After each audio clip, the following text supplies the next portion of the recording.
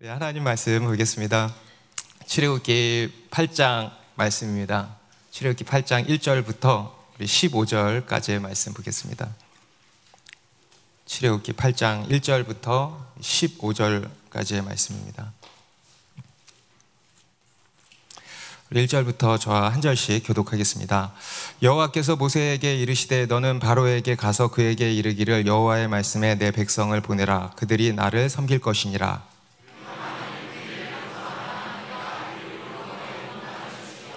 개구리가 나일강에서 무수히 생기고 올라와서 내 궁과 내 침실과 내 침상 위와 내 신하의 집과 내 백성과 내 화덕과 내 떡반죽 그릇에 들어갈 것이며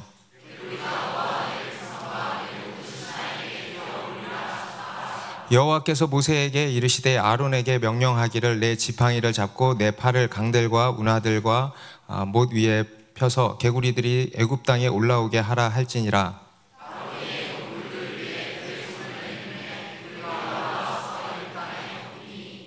요술사들도 자기 요술대로 그와 같이 행하여 개구리가 애굽 땅에 올라오게 하였더라.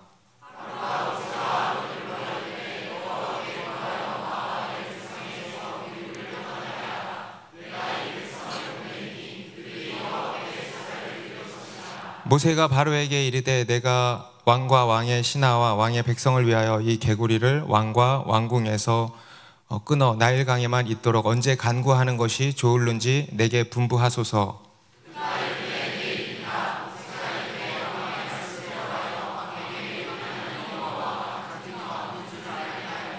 개구리가 왕과 왕궁과 왕의 신하와 왕의 백성을 떠나서 나일강에만 있으리이다 하고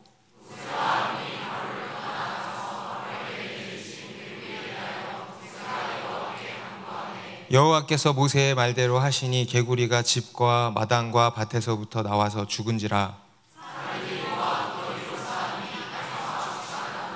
같이 했습니다. 그러나 바로가 숨을 쉴 수 있게 됨을 보았을 때에 그의 마음을 완강하게 하여 그들의 말을 듣지 아니하였으니 여호와께서 말씀하신 것과 같더라. 아멘. 네, 저희 교회가 있는 이 지역이 녹지가 이제 많아가지고 이렇게 날씨가 따뜻해지면은 다른 곳에서 볼 수 없는 이런 동물들과 곤충들을 이렇게 목격을 하게 됩니다. 제가 며칠 전에도 이제 이렇게 교회에 출근하는데 개울가에 내천에 두루미 있겠죠? 하얀 거 학이 아니겠죠? 두루미가 오리랑 놀고 있더라고요. 오리들이랑. 네. 예전에 한번 저희 아내랑 뒷산에 간 적이 있는데요. 산에 이제 등산이라고 하기엔 좀 그렇고 아무튼 산책 같은 이런 등산을 한 적이 있는데 산에서 그 고라니를 만났어요. 그것도 고라니겠죠? 네. 예전에 우리 교회 어떤 형제가 여기 이사 오고 나서 새벽에 교회를 왜 왔는지 모르겠는데 새벽에 도로가에서 고라니를 만났다는 거예요. 그래가지고 제가 또 말도 안 되는 소리 하면서 꿈에서 본 거 아니야? 제가 막 그랬거든요. 근데 제가 산에서 직접 만났어요. 고라니를 이렇게 바로 앞에서 만나가지고 서로 놀래가지고 굉장히 고라니인데 이게 직접 보니까 되게 위협적이더라고요. 그리고 여러분 거위 봤어요? 거위? 이만한 거위 제가 봤어요. 차 타고 이렇게 운전해서 가는데 거위가 지나가고 있는 거예요. 아마도 저기 대왕저수지에서 온 게 아닐까 싶은데 아무튼 거위도 보고 우리 아카데미 아이들이 여기 밥 먹으러 왔다 갔다 하거든요. 밥 먹으러 왔다 갔다 하면은 청설모는 자주 봐요. 청설모가 막 나무에서 왔다 갔다 하고 그리고 또 보지 말아야 할 것들을 보게 될 때도 있는데요. 뱀도 본 적 있어요. 진짜 제 팔뚝만한 작은 뱀이 아니야. 제가 그거 보고 알아 누웠다는 거 아니에요. 맨날 꿈에서만 보다가 진짜 봤어요. 그리고 우리 도마뱀 같은 거 우리 지난주인가 지지난주에도 우리 다다다 형제들 있잖아요. 그 채집통에다가 도마뱀 잡아가지고 막 보여주더라고요. 그리고 이제 좀 지나면 한여름이 되잖아요. 그러면 무슨 소리가 들리기 시작하냐면 이 귀뚜라미 소리랑 개구리 소리가 들립니다. 그래서 밤에요, 이 밤하늘에 별이 이제 깜깜하니까 별도 잘 보이고, 그리고 이 곤충 소리랑 개구리 소리가 막 이렇게 들립니다. 너무 듣기 좋죠, 그죠? 개울가에서 들리는, 어딘가에서 도심에서 들을 수 없는 이런 소리를 들으니까 너무 좋습니다. 그런데 이제 그것이 개울가에서 들리니까 너무 좋죠. 여러분, 집에서 개구리 소리가 들린다 그러면은 어떠시겠습니까? 제가 그냥 시끄러? 제가 작년에 재활용을 버리러 내려갔는데, 그 재활용 버리는데 이만한 두꺼비가 있는 거예요. 주황색 두꺼비, 주황색 알록달록한 두꺼비. 뭐 어떤 사람은 독두꺼비 아니냐 그러는데 저도 모르겠어요. 두꺼비 보고 정말 제가 원래 겁이 되게 많거든요. 겁이 없지 않아요. 되게 많은데 정말 무서운 게, 저는 파충류, 곤충, 벌레 이런 거를 너무 무서워해요. 근데 정말 거북이가 덜커덩 그 안에 갇혀가지고 막 육중한 점프를 막 이렇게 빠져나오지 못하고 하는 거예요. 그거 보고 제가 너무 그 트라우마가 생겨가지고, 아직까지 그 뱀이랑 두꺼비 이거 그때 본 게 막 이렇게 생각하면은 너무 막 끔찍해요. 여러분, 우리 아이들은 뭐 좋아하겠습니다만은, 여러분 개구리를 좋아하십니까? 개구리 막 너무 좋아가지고 집에서 키우고 막 이렇게 같이 살고 그러신 분 없죠? 여러분, 침실에, 심지어는 침대에 막 개구리가 파짝파짝 뛰어다닌다고 생각을 해보십시오. 너무 끔찍하죠? 그런데요, 옛날에 이 애굽 사람들이요, 이 개구리를 좋아하다 못해 이 개구리를 신으로 섬겼다라는 겁니다. 그들이 섬기는 수많은 신이 있다 그랬잖아요. 태양신부터 파리신까지 크고 작은 신을 섬기는데, 그 중에 하나가 하필 개구리 신이 있었대. 개구리를 신으로 이렇게 숭배했던 것입니다. 우리 지난 시간에는 이제 나일강의 신을 소개해 드렸죠. 하나님께서 첫 번째로 그 나일강 신을 치셨습니다. 그리고 두 번째로 치신 신이 바로 이 개구리 신입니다. 헤케트라고 부르는 이제 신인데요. 왜 두 번째로 치셨냐? 이 나일강의 신 쿠눔이라고 한 거 혹시 기억나실지 모르겠어요. 나일강의 신 쿠눔과 짝을 이루는 신이 이 헤케트래요. 개구리 신, 쿠눔의 아내로 여겨졌다고 합니다.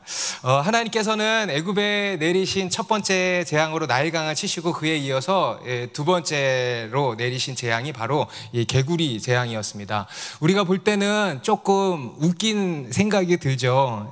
우와, 무슨 개구리로 하나님이 이렇게 재앙을 내리시나 하는 생각이 듭니다. 그래서 어떤 성경학자는요, 이에 대해서 이렇게 이야기를 하더라고요. 우리 하나님이 참 익살스러우시다. 익살스러우시다, 이렇게 표현하기도 했습니다. 우리가 볼 때는 참 익살스러운 장면이지만 실제 그 당시 애굽 사람들에게는 너무도 끔찍한 일이었을 것입니다. 여러분, 한번 생각을 해보십시오. 상상을 해보십시오. 개구리가 온 천하에 뒤덮였다고 한번 상상을 해보십시오. 지금 이 길목에 앞에 막 개구리가, 여러분의 침상, 여러분의 주방에 막 개구리가 가득 차 있다고 생각을 해보십시오. 그로 인해서 발생하는 수많은 전염병이라든가, 그리고 밤에 잠이나 자겠어요? 깨굴. 오늘 마지막 15절에 보니까요, 그 당시 이 애굽 사람들이 숨을 쉴 수 없었다라는 것을 우리가 알 수 있죠. 숨을 쉴 수 없을 정도로 너무 고통스럽고 끔찍한 재앙이었다라는 것입니다. 그 당시 애굽에는 6월부터 10월경이 되면은요, 이 나일강이 범람하는 시즌이었다고 합니다. 그리고 그 시즌이 지나면은요, 이제 육지가 드러나는데, 한 12월경 되면 육지가 이렇게 물이 빠지고 육지가 드러나는데, 그때 그 땅이 굉장히 비옥한 이제 옥토가 된다고 합니다. 그리고 그 위로 뭐가 많이 기어 올라와 있냐면, 개구리가 그렇게 많이 기어 올라와 있대요. 그래서 이 애굽 사람들은 그 개구리의 모습을 너무 이제 좋아했던 거죠. 그러면서 이제 그것을 풍요와 다산의 상징으로 여기고, 이제 신성한 동물로 여기면서 그것을 숭배하게 되기까지 했던 것입니다. 개구리를 다산의 능력, 곧 신적인 어떤 생명력을 품고 있는 존재로 여긴 겁니다. 그래서 이 개구리 신은요, 이제 좀 전에 말씀드린 것처럼 헤케트라고 해서 그 우상 형상이 어떤 거냐면, 혹시 뭐 어디서 보셨는지 모르겠어요. 개구리 얼굴을 하고 있고요. 개구리 얼굴을 하고 있는 여신이래요. 개구리 얼굴을 하고 있는 이런 여신의 모습으로 형상화되었다고 합니다. 그런데 이제 하나님께서는 그 개구리로 이제는 애굽의 온 땅을 치신 것입니다. 애굽 사람들에게 풍요와 다산의 신으로 신격화되었던 개구리가 일순간에 재앙과 저주의 대상이 되었던 겁니다. 우리 오늘 본문 1절부터 다시 보면요, 1절 2절 여호와께서 모세에게 이르시되 너는 바로에게 가서 그에게 이르기를 여호와의 말씀에 내 백성을 보내라. 그들이 나를 섬길 것이니라. 네가 만일 보내기를 거절하면 내가 개구리로 너의 온 땅을 치리라. 하나님께서 또 한 번 말씀하십니다. 내 백성을 보내라. 그들이 나를 섬길 것이니라. 하나님께서 말씀하신 이 메시지는 일관된 메시지입니다. 내 백성을 보내라. 그들이 나를 섬길 것이니라. 거듭 말씀하시는 게 바로 이거죠. 그리고 이제 만약 그렇지 않으면 이번에는 내가 개구리로 너의 온 땅을 치리라.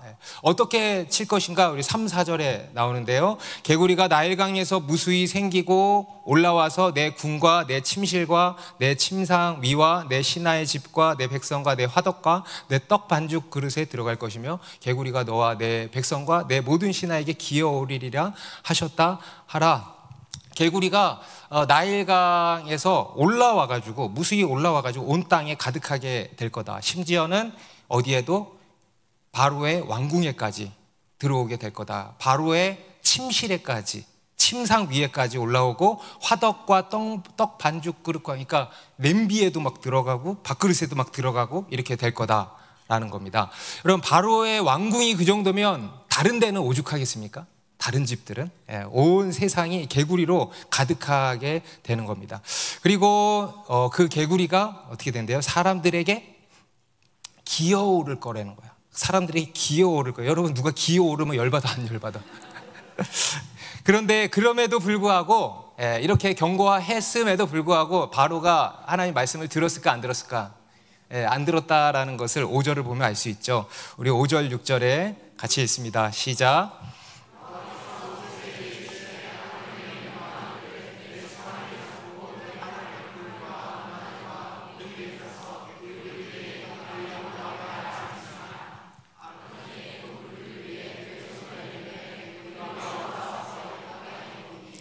바로가 하나님의 말씀을 또 듣질 않은 것입니다. 그래서 모세가 아론에게 명해서 아론이 지팡이를 강들과 운하와 못 위에 탁 펴니까 개구리들이 애굽 땅에 막 기어 올라온 것이죠. 개구리는 본래 땅에서 살지 않죠. 개구리는 물에 삽니다. 늪지대 같은 곳에서만 살 수 있습니다. 그 당시에는 이제 나일 강변에 주로 서식을 이제 했던 것입니다. 그리고 이제 땅 위로는 이 동물들도요, 사람을 무서워하기 때문에 얼떨결에 나오는 거지. 얼떨결에 길을 잃어버려서 일부러 이렇게 나오지는 않습니다. 다 그쪽에 자신의 서식지에 다 숨어 있죠. 그런데 이 개구리들이요, 땅 위로 한 마리도 아니고 집단적으로 다 기어 올라온 겁니다. 그럼 이것은 단순한 이제 자연 현상이 아니죠. 또 뭐 기후 변화로 인한 이런 이상 현상도 아닙니다. 이것은 뭐냐면요, 하나님이 행하신 이적입니다. 여러분 믿으십니까? 하나님이 행하신 어떤 재앙이었던 것입니다. 앞에서 나일강의 재앙처럼 하나님께서 허락하신, 그들이 우리가 인지하지 못하던 이런 은총을 하나님이 일시에 거두신 결과였습니다. 여러분, 개구리가 왜 물과 이런 늪지대만 사는지 아십니까? 그런 생각 안 해보셨습니까? 하나님이 거기서 살라고 해서 산 거예요. 하나님의 창조 질서가 그렇기 때문입니다. 여러분, 이 세상이요, 이 생태계가 이렇게 조화를 이루고 이렇게 유지되는 이유가 뭐냐면요, 하나님의 창조 질서 때문입니다. 하나님께서 모든 생물들을 각각의 자리에 있게 하신 것입니다. 하나님의 창조 질서, 곧 하나님의 통치 아래에 있기 때문입니다. 그런데 이 개구리가 땅 위로 올라왔다라는 것은 뭐냐면요, 이 하나님의 창조 질서를 거슬렀다라는 거죠. 하나님의 창조 질서가 깨졌다라는 겁니다. 이것이 바로 이제 재앙이고 저주인 것입니다. 다시 말씀드리지만 여러분, 개구리는 어디에 있어야 정상입니까? 네, 나일 강변에 있어야 정상입니다. 그런데 지금 이 개구리가 어디에 와 있는가 하면 우상이 돼서 하나님의 자리에 와서 앉아 있는 거예요. 그 당시 애굽 곳곳에는요, 이 개구리 신상으로 질비해 있었습니다. 헤케트 신상으로 질비해 있었습니다. 애굽의 왕실, 바로의 침실 안에 쫙 진열이 되어 있지 않았을까요?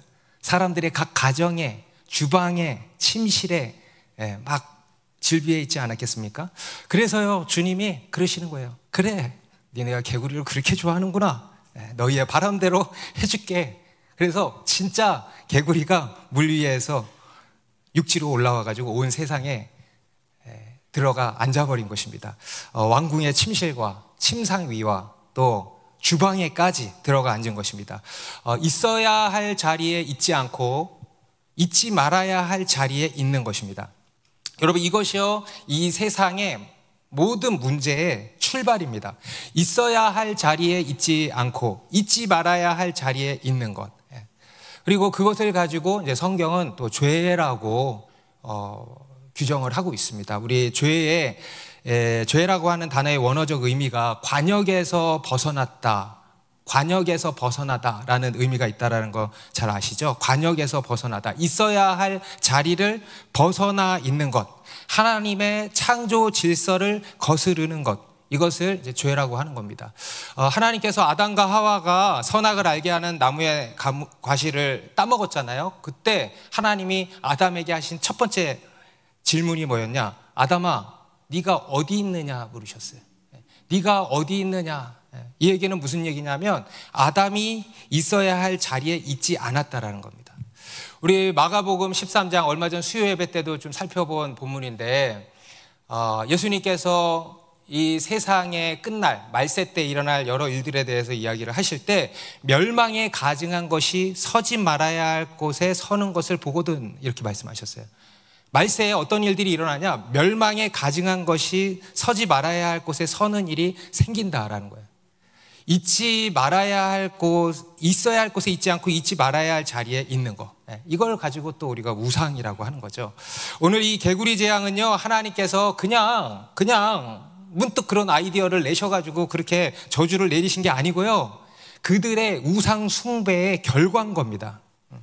우리가 자리를 뒤바꾸어 놓은 것의 결과입니다. 우리가 다스려야 할 피조물을 오히려 하나님 자리에 둠으로써 그것이 우리에게 기어오르는 거예요. 오늘 본문에서도 개구리들이 땅으로 기어오르고 사람들에게 기어오르는 거예요. 순서가 바뀐 거예요. 자리가 바뀐 거예요. 우리 인간이 자리를 맞바꾸어 놓은 것에 대한 결과인 것입니다. 그래서 그것이 우리를 장악하는 거예요. 여러분, 우리가 무언가를 우상으로 삼잖아요. 그러면은요, 그것이 내 거라고, 내 것이 된다라고 생각을 하지만 결코 그렇지 않습니다. 여러분, 한번 가만히 생각해 보십시오. 내가 그것을 지배하고 있는지, 그것이 나를 지배하고 있는지. 여러분, 우리가 돈을 움켜잡고 있으면은요, 그것이 내 거다라고 생각을 합니다. 내가 그것을 지배하고 있다라고 생각을 합니다. 그런데 한번 생각해 보십시오.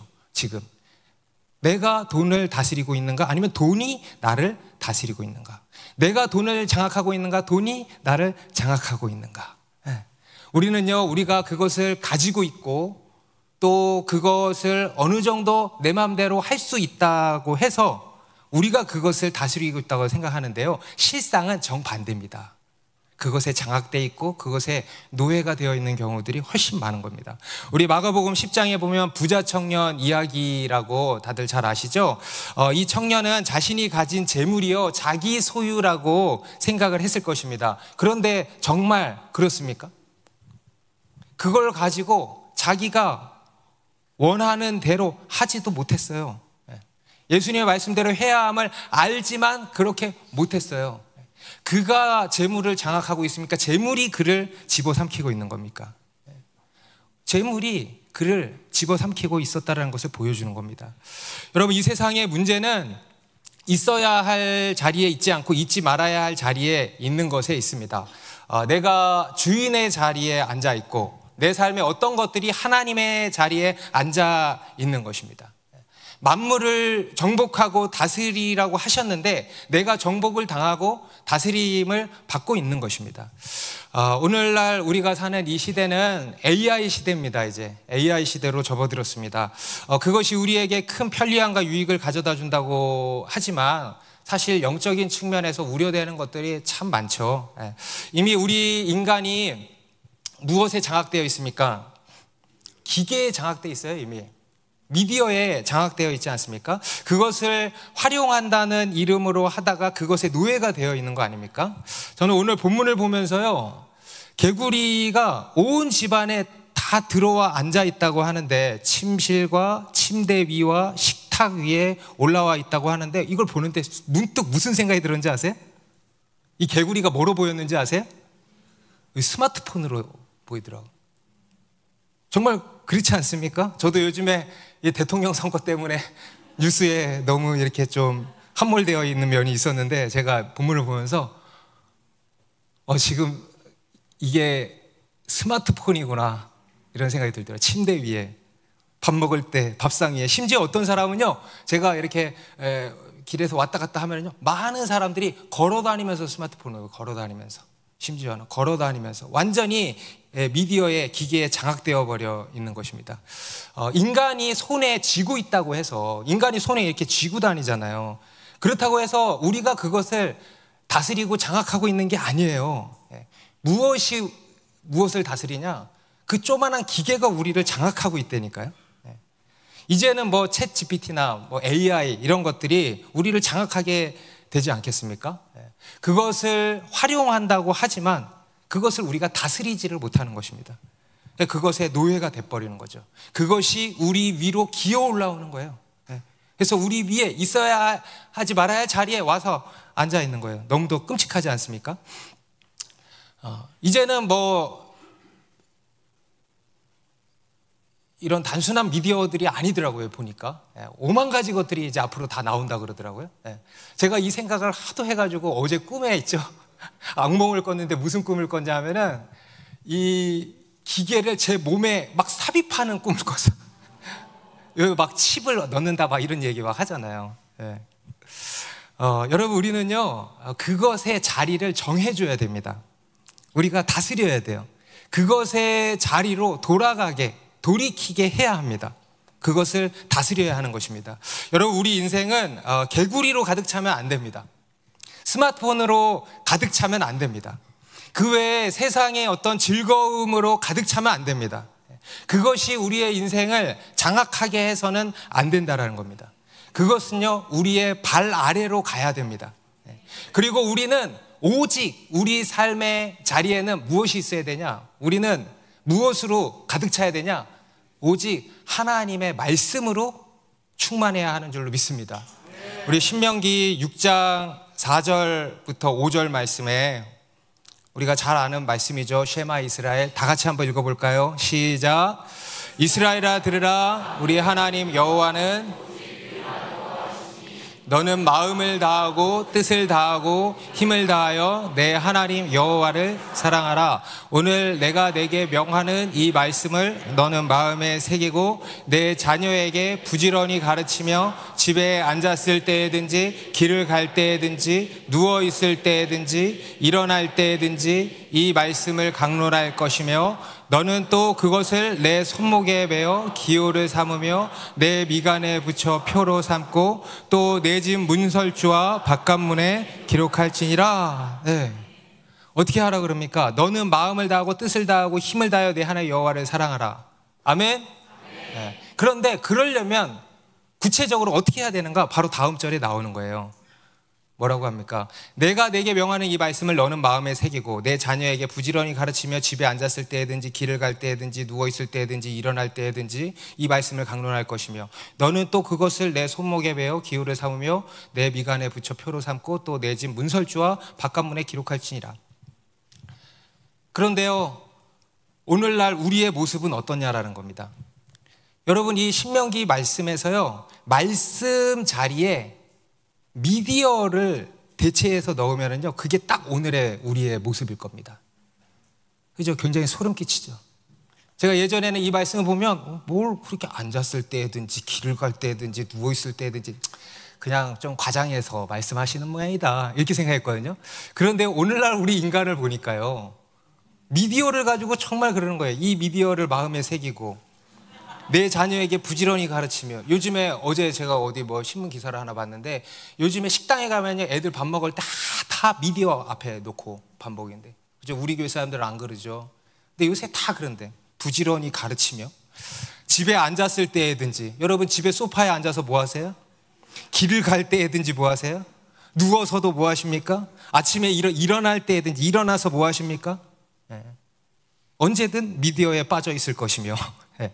손목에 맨데, 요새 이거 매일 손목에 말씀을 매라 그랬는데 이런 거나 매고 있고, 이제는 안경도 나온다 그러죠. 안경도 나오고. 진짜 이러다가 뭐 칩을 심겠어, 머리에다가. 정말 그런 시대가 곧 오지 않겠습니까? 이게 우리 인간의 모습이에요. 너무 소름 끼치죠. 네. 이게 수천 년 전에 기록된 말씀인데 어떻게 정반대로 우리가 이렇게 살고 있는지 모르겠습니다. 여러분, 우리 그리스도인은요, 무엇으로 충만해야 되냐? 하나님의 말씀으로 충만해야 돼. 하나님의 말씀이 우리 위에 기어 오르셔야 돼. 하나님의 말씀이 우리의 마음과 생각, 삶의 모든 영역에 새겨져서 그 말씀의 통치를 받아야 하는 것입니다. 그런데 그 말씀이 있어야 하는 자리에 다른 것들이 들어와 앉아 있다는 것입니다. 여러분, 지금 우리의 삶은 어떻습니까? 어제 우리의 삶이 어땠습니까? 지난 한 주 우리의 매일의 지금 삶의 루틴이 어떻습니까? 무엇으로 가득합니까? 내 마음과 생각, 우리의 일상은 무엇으로 채워져 있습니까? 무엇이 나를 지금 장악하고 있습니까? 여러분, 개구리 떼가 가득해서 그것에 장악되어 있는 것은 아닙니까? 미디어에 잠식되어 있는 것은 아닙니까? 그 외에 세상 즐거움에 이런저런 것들에 잠식되어 있는 것은 아닙니까? 여러분, 내 삶에 들어와 있는 개구리들을 다 쫓아내십시오. 잊지 말아야 할 것들이에요. 그 더러운 것들을 다 쫓아내십시오. 잊지 말아야 할 자리에 있는 우상들을 다 쫓아내십시오. 여러분, 우리 삶의 모든 자리에 있어야 하는 것은 오직 하나님의 말씀입니다. 아멘. 우리 다시 한번 신명기 6장 말씀 한 번 더 읽습니다. 4절부터 9절 말씀 시작.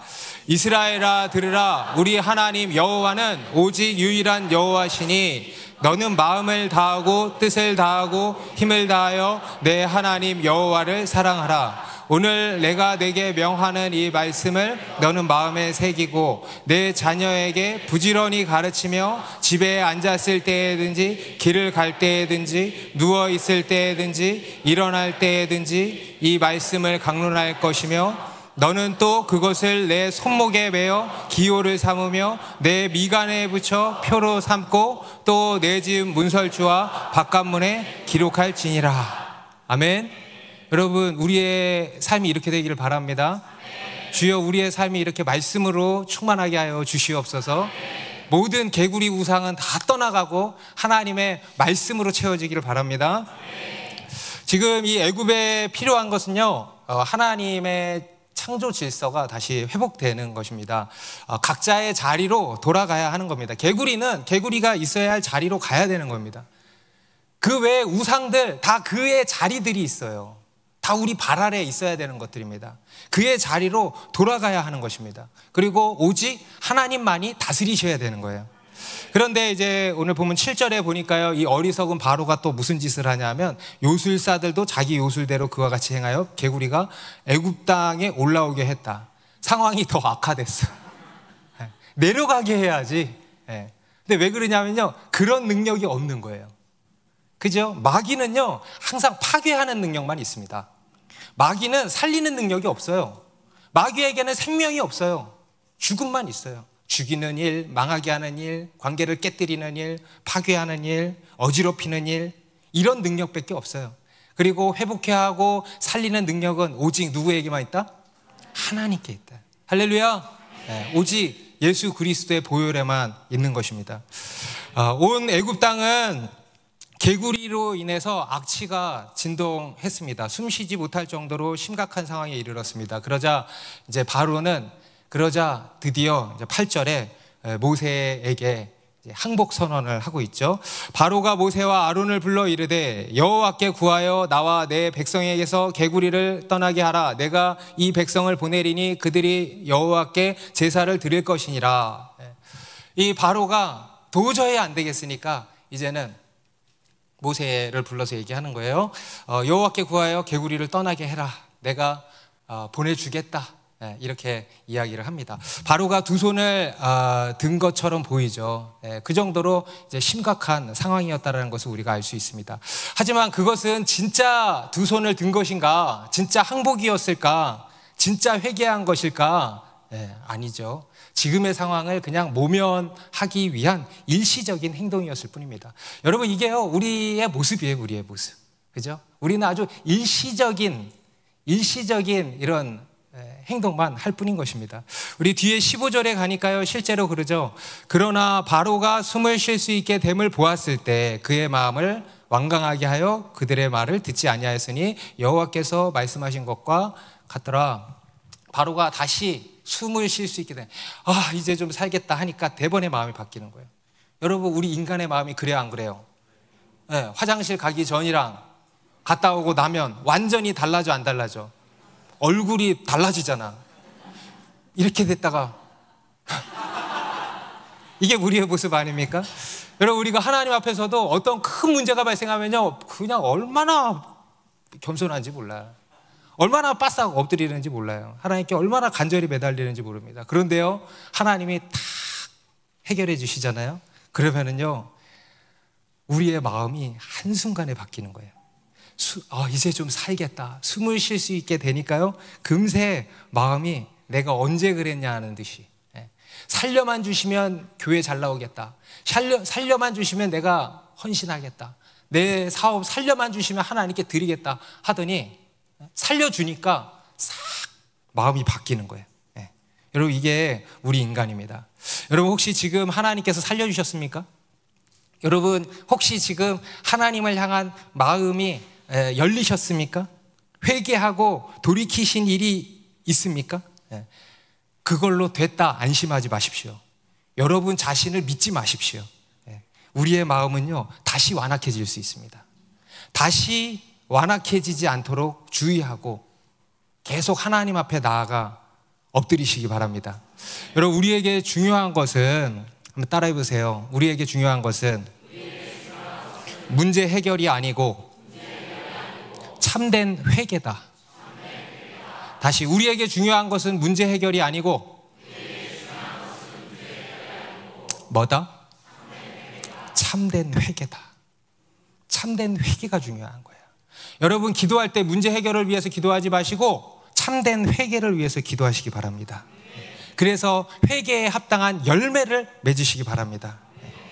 그러니까 이제 모세가 바로의 간청대로 하나님께 이제 기도를 한 건데요. 9절부터 11절에 보니까 모세가 바로에게 이르되 내가 왕과 왕의 신하와 왕의 백성을 위하여 이 개구리를 왕과 왕궁에서 끊어 나일강에만 있도록 언제 간구하는 것이 좋을는지 내게 분부하소서. 그가 이르되 내일이니라. 모세가 이르되 왕의 말씀대로 하여 왕에게 우리 하나님 여호와와 같은 이가 없는 줄을 알게 하리니 개구리가 왕과 왕궁과 왕의 신하와 왕의 백성을 떠나서 나일강에만 있으리이다 하고, 모세가 이제 바로의 간청대로 구하겠다고 하는데 그냥 구해주는 게 아니라 묻죠. 언제 그렇게 구하면 좋겠습니까? 왜 이렇게 묻는 것일까? 바로 이 일이 철저히 하나님께로부터 나왔다라는 것을 이제 보이려고 했던 것입니다. 그래서 우리 하나님 여호와와 같은 이가 없는 줄을 알게 하겠다라는 거예요. 이 개구리가 올라오고 내려가고 하는 일이 그냥 우연히 어떻게 맞아 떨어져서, 우리가 그렇게 생각할 때 있잖아요. 에이, 그게 딱 맞아 떨어져서 나은 거 아니야? 이렇게 생각할 수 있잖아요. 그런데 그러한 의심을 하지 못하도록, 딱 확증하도록 이렇게 이제 했던 것입니다. 우리가 기도할 때 그것의 응답도 이제 중요하겠습니다만은 더 중요한 것이 뭡니까? 더 중요한 것은요, 하나님을 아는 것이 더 중요한 겁니다.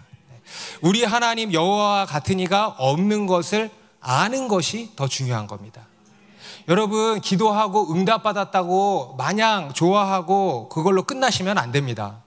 하나님을 아는 것이 더 중요합니다.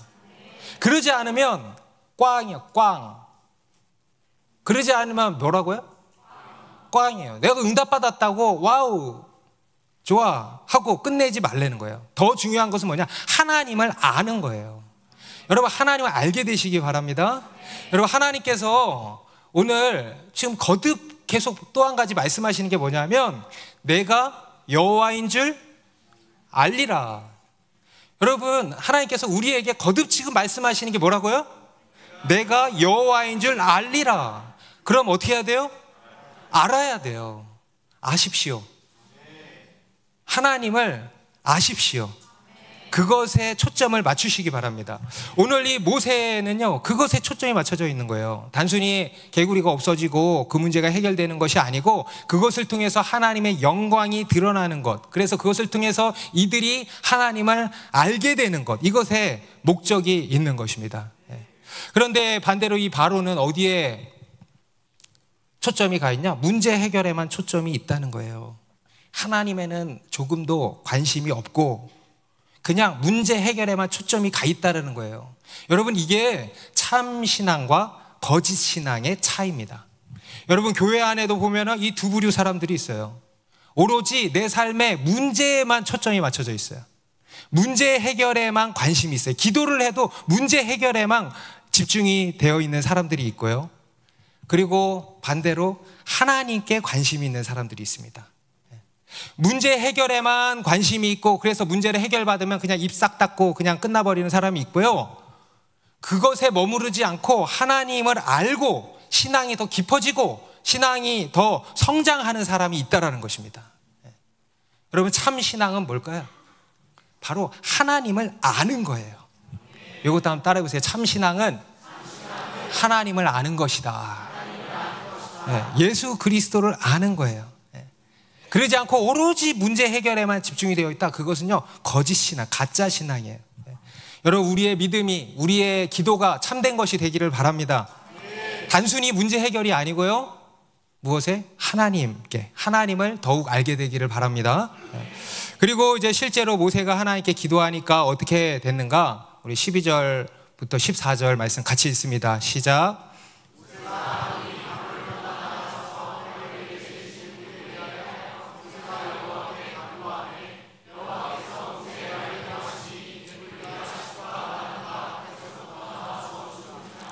사람들이 모아 무더기로 쌓으니 땅에서 악취가 나더라. 모세가 하나님께 간구하니까 하나님께서 모세의 말대로 하셨다 그러죠.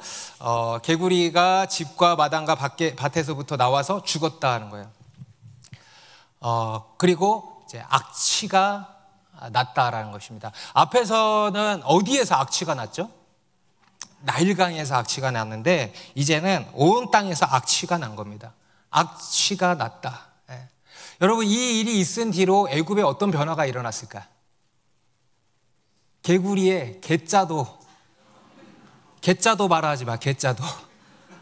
정내미가 딱 떨어졌겠지. 어우, 저 개구리. 어우, 저 개구리.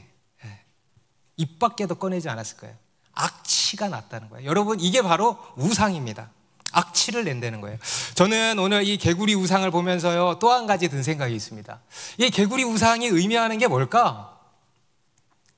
풍요, 다산, 번영, 이것을 이제 의미한다고 하는데 이게 뭘까? 이게 어디서부터 나온 걸까? 어디서부터 나왔겠어요? 우리 인간의 욕심에서부터 나온 거예요. 끝없는 욕심.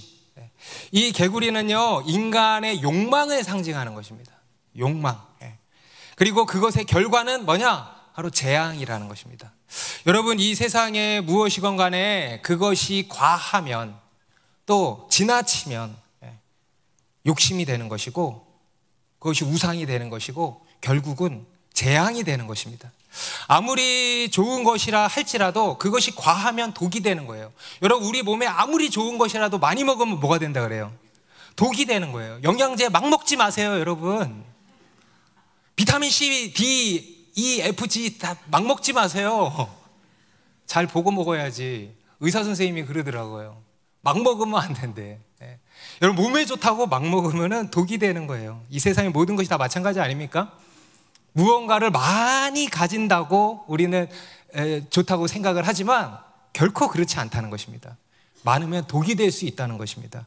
우리는 이 세상의 것들에, 이 세상의 것 자체에 다 가치를 부여합니다만은 사실 이 세상의 모든 것은요, 엄밀히 말하면 가치 중립적인 것입니다. 그것이 좋은 것이 될 수도 있고요, 또 그것이 독이 될 수도 있는 거예요. 이 세상의 모든 것의 가치는 철저히 하나님께로부터 나오는 것입니다. 아멘입니까? 선악은요, 철저히 하나님께로부터 나오는 거예요. 좋은 것과 나쁜 것의 척도는요, 철저히 하나님께로부터 나오는 거예요. 하나님께서 그것을 좋게 하시면 좋은 것이 되고요, 그렇지 않으면 나쁜 게 돼요. 독이 되는 거예요. 많고 적음도 마찬가지입니다. 그것도 많은 것이 절대적 가치가 될 수 없는 것입니다. 무언가가 많다고 무조건 좋은 것이 아니라는 거예요. 오히려 많으면 그것이 독이 될 수 있다는 것입니다. 그런데 우리 인간은 어떻게든 무조건 많이 가지려고 한다는 거예요. 그게 바로 욕심입니다. 그리고 그 욕심이 재앙을 불러온다라는 겁니다. 우리 민수기 11장에도 보면은요, 이스라엘 백성들이 헛건 날 광야에서 불평불만했죠. 불평불만. 타령, 애굽 타령, 또 고기 타령, 먼 타령. 그날도 이 모세에게 애굽 타령, 고기 타령 한 거예요. 애굽에서는 이것도 먹고 저것도 먹고 이것도 먹고 했는데 여기서는 먹을 게 이거밖에 없다 그러면서 고기 달라 막 데모 시위한 거예요. 고기를 달라 막 한 거예요. 그러니까 하나님이 그래 먹어라. 그래가지고 고기를 엄청나게 바람을 불켜가지고 메추라기를, 치킨을 막 엄청나게 하늘에서 내리신 거예요. 그러니까 이 이스라엘 백성들이 눈이 뒤집어져가지고 어떻게 했어요? 그걸 먹다가 죽어버렸어요.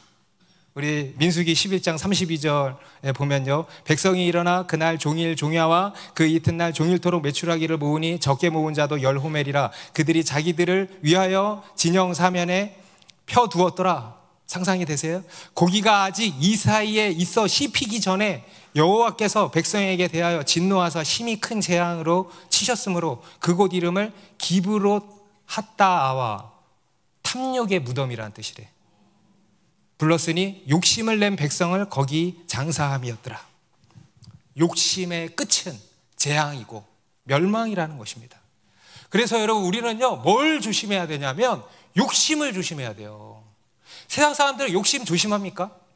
무조건 끌어당기는 거예요. 무조건 많이 가지는 게 능사예요. 그런데요, 성경은 가르칩니다. 욕심을 조심해라. 욕심 때문에 망하는 것입니다. 욕심이 뭡니까? 조금만 더가 욕심이라 그랬죠. 조금만 더 멈출 줄을 몰라. 조금만 더, 이게 욕심이에요. 그러다가 어떻게 돼요? 배가 빵 터져버리는 거예요. 여러분, 우리는 무엇보다 이런 지혜가 있어야 됩니다. 욕심을 잘 분별할 수 있어야 돼요. 더 갈 거냐? 멈출 거냐? 이것을 잘 분별할 수 있는 지혜, 나의 분량을 잘 알 수 있는 지혜. 여러분, 이런 지혜가 우리 가운데 있기를 바랍니다. 그리고 그것을 위해서 우리에게 있어야 하는 것이 뭐냐면요, 우리가 이 욕심을 제어하기 위해서 우리 가운데 있어야 되는 게 뭐냐면 바로 자족하는 마음이에요. 자족하는 마음. 따라해보세요. 자족하는 마음. 여러분, 우리가 어떻게 자족할 수 있을까요? 그냥 자기 체면으로 그냥 자족해. 네? 그렇게 자족이 됩니까? 네. 여러분, 우리를 만족해 하시는 분은 누구십니까? 오직 하나님이세요.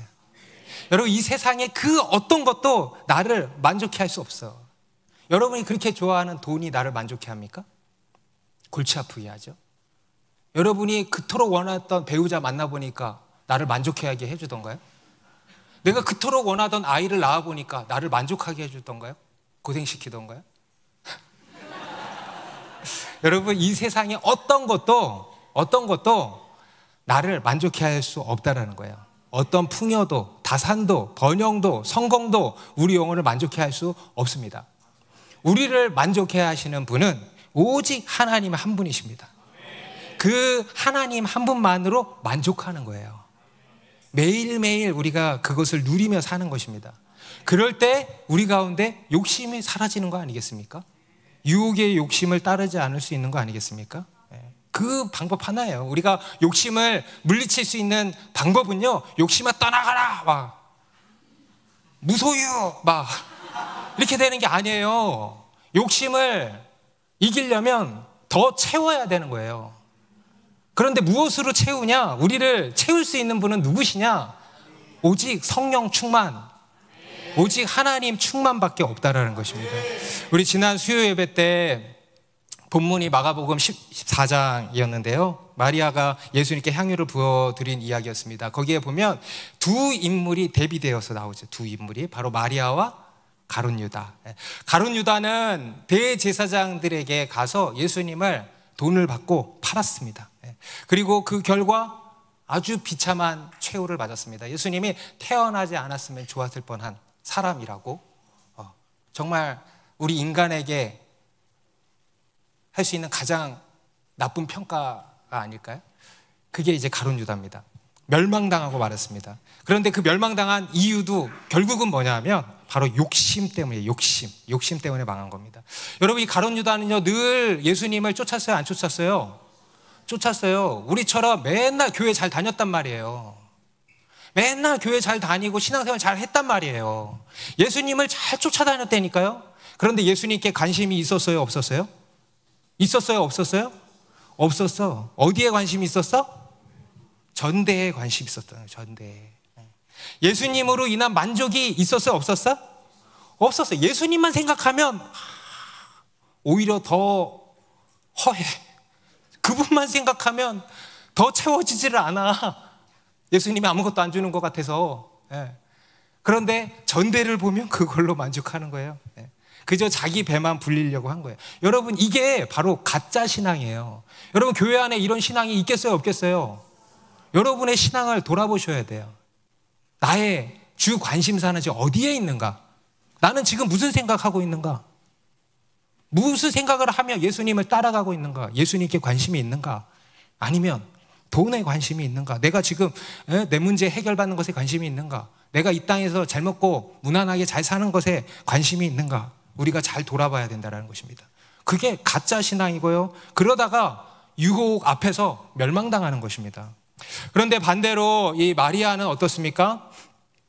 자신의 가진 전부, 향유 옥합을 깨서 예수님께 부어드린 거예요. 어떻게 그럴 수 있었을까? 어떻게 그럴 수 있었을까요? 바로 그녀는요, 예수님 한 분으로 만족했던 거예요. 그래서 다른 것들이요, 아무 의미가 없고 가치가 없었던 거예요. 예수님 한 분으로 만족하니까, 예수님이면 충분하니까 다른 것들이 그냥 별 관심이 없어. 그냥 아무것도 아닌 게 되는 거예요.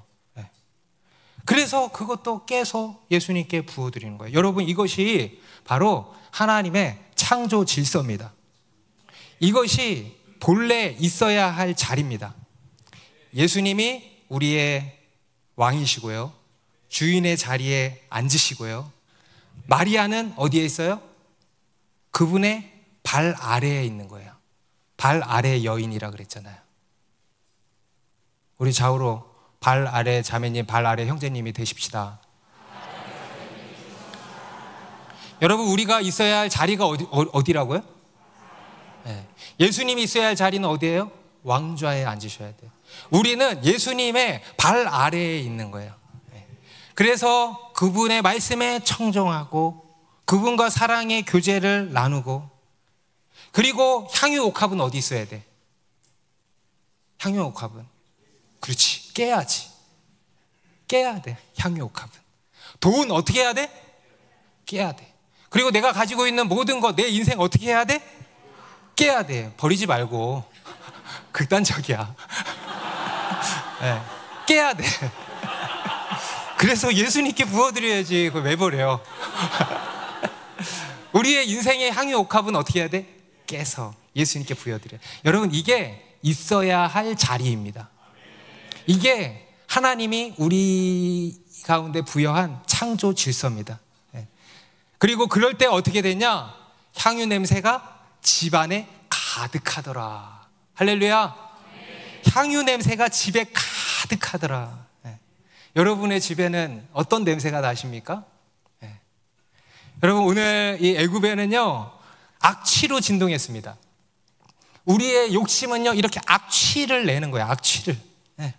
결국은 이 악취로 진동하게 만드는 거예요.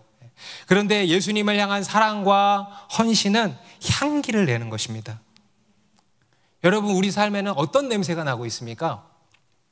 여러분, 우리의 만족은요 오직 하나님께만 있습니다. 하나님만이 우리의 참 만족이 되십니다. 우리는 오직 그 하나님만을 예배하고 사랑할 때 참 만족과 행복과 기쁨을 누리게 되는 것입니다. 우리의 인생이 그러한 복된 인생이 되기를 바랍니다.